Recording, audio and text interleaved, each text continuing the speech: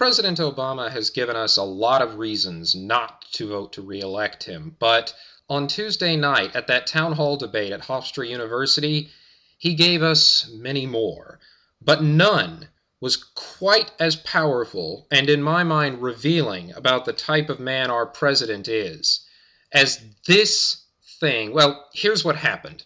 This man, Kerry Latka, asked President Obama a question about who denied the requests for enhanced security in Libya and why, and then President Obama gave a response that didn't really answer his question, and then Mitt Romney got to speak for a couple of minutes, and then President Obama got to speak again, and this is what he said.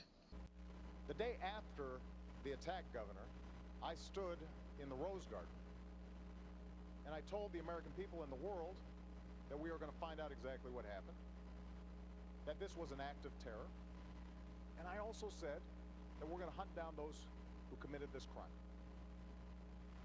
And then a few days later, I was there reading the caskets coming into Andrews Air Force Base and grieving with the families. And the suggestion that anybody in my team, whether the Secretary of State, our UN ambassador, anybody on my team would play politics or mislead when we've lost 4 of our own, Governor, is offensive. That's not what we do.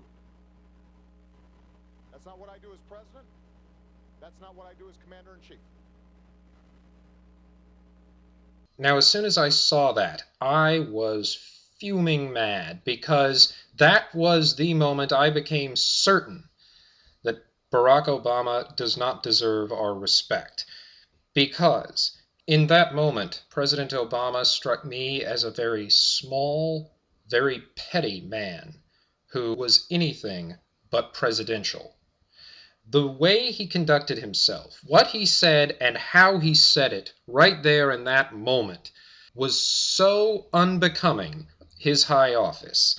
If you're an undecided voter out there, then that, I think, that behavior, his behavior right there that you just saw and heard, is reason enough not to re-elect him. He is not fit to be commander-in-chief. The idea that he would get up there and take such a sanctimonious attitude about such a serious issue after his administration knowingly misled us about what they knew and when they knew it on the Benghazi attack is so revolting and so repulsive and inimical to everything that a president should be. Especially after just saying that I'm the president and I take responsibility and the buck stops with me, and then you go on the attack and accuse Mitt Romney of politicizing this? Did you think we had forgotten about what you said the day after you learned about this attack? Governor Romney seems to have a tendency to shoot first and aim later. And as president, one of the things I've learned is you can't do that. It's important for you to make sure that the statements that you make are backed up by the facts and that you've thought through the ramifications before you make them.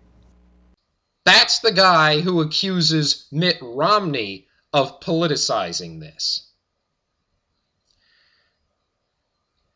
How can anybody defend our president taking such a disingenuous attitude on such a gravely serious matter?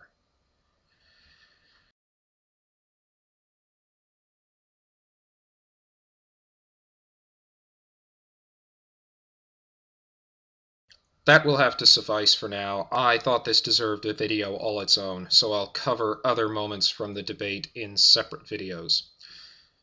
Thank you for watching.